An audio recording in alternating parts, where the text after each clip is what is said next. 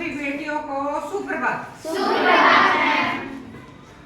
पाठ नंबर 13 और काउंटिंग हमें बहुत अच्छे से गिनती आती है संस्कृत में, तो हम 13 को क्या कहेंगे बेटे? Very good. त्रयोदश पाठ है, 13वां पाठ और नाम है पाठ का लालन गीतम। लालन गीतम का मतलब होता है बेटे लाड प्यार के गीत। ये सारे लाड प्यार के गीत हैं, जैसा कि आपके स्टेट में और तरह के होंगे, लेकिन हर राज्य के अपने गीत होते हैं। जैसे हम बात करें कि हमारे शादी ब्याह में हरियाणा में अगले उनको जो बाराती आते हैं उनको तरह तरह के लाड प्यार के गीत सुनाते हैं कि हमने बुलाए बालों वाले गंजे गंजे आए पसेरे पसेरे ढाई सेरे पसेरे, है ना। तो इस तरह के मतलब प्यार के उलाने हैं, है ना। तो ऐसे ही सुन मेरे मोसा सुनी के ना मोसी गेड़े धरी के ना, तो ये इस तरह के लाड प्यार के उलाने।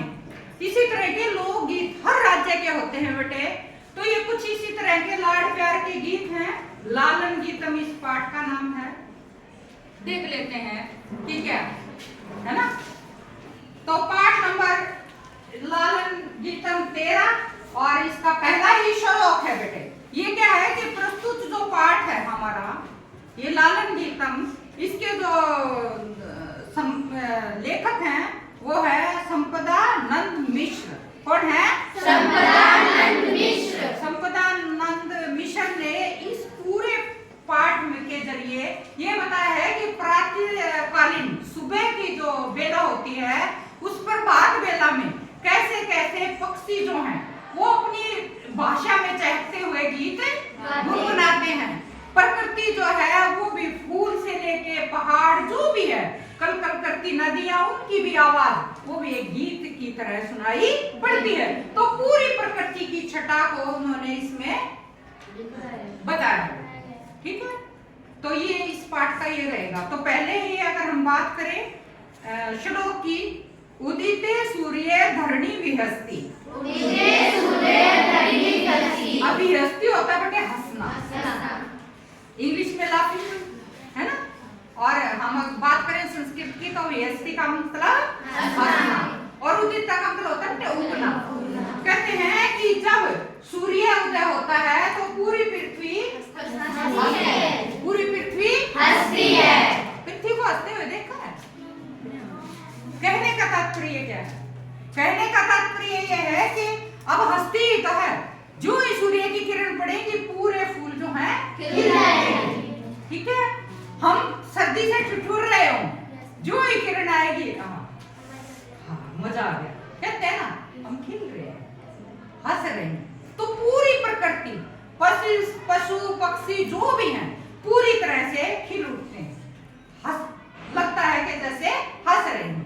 ये बेटे तुलना होती है, कंपैरिजन कर देते हैं कि इस तरह से लग रहा है जैसे पूरी पृथ्वी जो है हंस रही है, ठीक है बेटे। फिर कहता है पक्षी कूजती कमलम विकसती, कमलम कमल। और फिर कहता है पक्षी है, कूजती का मतलब चहचहाना, पक्षी जो है वो चहचहाते हैं। तो और कमल जो है खिल जाते हैं। विकसती का मतलब क्या है? खिल जाना। कमल खिल जाते हैं। तो पहले में कोई दिक्कत है बेटे? No ma'am. तो कहने का भाव क्या है बेटे? प्रातःकाल का समय बड़ा ही मनोरम होता है, लुभावने वाला होता है, मन को मोहने वाला होता है। अपने तरीके से लाइन को बेटे स्टेबल करना सीखिए, ठीक है। अगला नदती मंदिरे उच्चैरी ढक्का। उच्चैरी ढक्का का मतलब होता है ऊंची आवाज में जोर जोर से, है ना। तो क्या कहता है नदती मंदिर है, मंदिरों में जोर जोर से क्या बजते हैं? नगाड़े, ढोलता से और नगाड़े बजते हैं ना सुबह सुबह। उसी की आवाज सुन के हम लोग उठ जाते हैं कि सुबह हो गई है, भोर हो गई है। अगला बेटे सरिते सरीले सेरती नौका। सरिते सरीले सेरती नौका। अब क्या कह रहे हैं बेटे कि जो नदी का जल है सुबह उसमें नाव जो है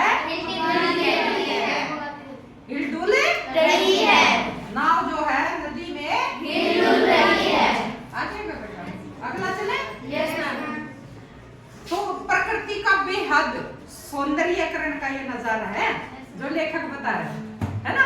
अगला बेटे, पुष्पे पुष्पे नाना रंगा। पुष्पे पुष्पे नाना रंगा। भिन्न भिन्न प्रकार के, भिन्न भिन्न प्रकार के फूल, भिन्न भिन्न प्रकार के फूल है या अनेक प्रकार के फूल है।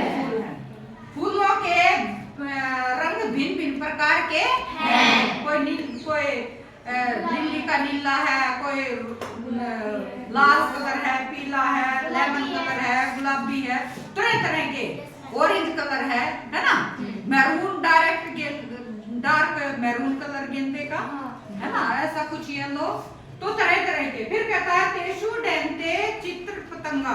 तेषु डैन्ते चित्र पतंगा। चित्र पतंगा क्या होता है? तितलियां। क्या है? तितलियां। तो क्या कह रहे हैं बेटे कि उन पर डैन्ते का मतलब मंडराते हैं।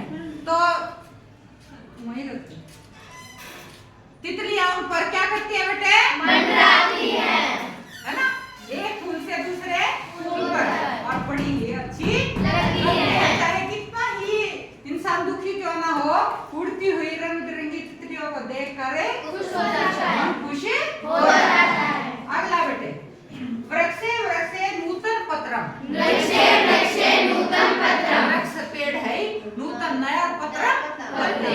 वृक्षों पर नए पत्ते आ जाते हैं। हाँ, वृक्षों पर नए पत्ते आ जाते हैं। विविधई वर्णई विभाति चित्रम। विविधई वर्णई विभाति चित्रम। विभाति का मतलब होता है बेटे सुशोभित, सुंदर लग रहे हैं, मतलब बहुत उसकी शोभा बढ़ा रहे हैं। सुशोभित का मतलब शोभा बढ़ा रहे हैं। कौन बढ़ा रहे हैं बेटे? दृश्य। यह दृश्य अनेक रंगों से सुशोभित है। कौन से दृश्य है? कई तितलियां मंडरा रही हैं, कहीं सूर्य निकल गए हैं, कहीं नाव जो है वो ढिल डुल नदी में। तो ये जो दृश्य है वो सुबह के नजारे को सुशोभित कर रहे हैं, दृश्य को सुशोभित कर रहे हैं। ठीक है बेटे, आगे चले। अब कहता है धेनु। धेनु का मतलब क्या है? गाय। शाबाश। फिर कहता है प्रातर्यस्ति दुग्धम। दुग्धम का मैं बताई है दूध, दुग्धम का दूध। और फिर प्रातर्यस्ति का मतलब प्रातःकाल के समय गाय दूध देती है। कैसा बेटे? शुद्ध, शुद्ध, बिल्कुल स्वच्छ साफ। और फिर कहता है मधुरम, मीठा। और फिर कहता है चिकना, चिकना दूध होता है ना, तभी तो कहते हैं कि स्किन अच्छी रखनी है तो किसी ग्लो की जरूरत नहीं है, किसी फेशियल की जरूरत नहीं है। कच्चा दूध लीजिए और अपने हाथ पैर और फेस पर लगाइए। किसी फेशियल किसी क्रीम की जरूरत नहीं है। इतनी चिकनाई दूध के अंदर होती है। वो नेचुरल क्लींजर है बेटे, नेचुरल पूरी गंदगी स्किन की साफ आपकी करेगी। आगे चले बेटे। गहने विपिने व्याघ्रो गरजती। गहने का मतलब ये नहीं है ज्वेलरी, गहने का मतलब गहरे, गहरे जंगल। गहरे जंगल में क्या हो रहा है बेटे? बाघ गरज रहा। फिर कहता है ऊंचे स्तोत्र च सिंहम नर्जति। नर्जति का मतलब होता है बेटे दहाड़। और शेर जो है ऊंचे स्वर में दहाड़ रहा है। हो गया बेटे? तो ये जो दृश्य अभी श्लोक में बताया, तो कवि कहना चाहता है, इन दो पंक्तियों से बता रहे हैं कि जंगल का जो दृश्य है वो बेहद भयावह है, डरावना। कि बाघ की भी आवाज आ रही है और शेर की भी आवाज आ रही है, तो ऐसी दाढ़ सुनकर कैसा लगेगा? लगेगा ना? ये फिर कहता है हरिणो अयम, हरिणो अयम खादती नवघासम। अब नवघासम का मतलब नया, घासम का मतलब घास है ना। लेकिन घास नहीं थोड़ी ना बेटे, घास तो ताजा होती है। अगर हम बात उधर हो जाए बेटे, अगर हम बात करें वहां उठ जाओ, अगर बात करें हम भोजन की, तो यूं थोड़ी ना कहेंगे कि भोजन नया बना है, स्वानी कहेंगे ऐसे? क्या कहेंगे बेटे? यही बात यही है। कहता है कि हरिणो अयम खादती नवघासम। हिरण जो है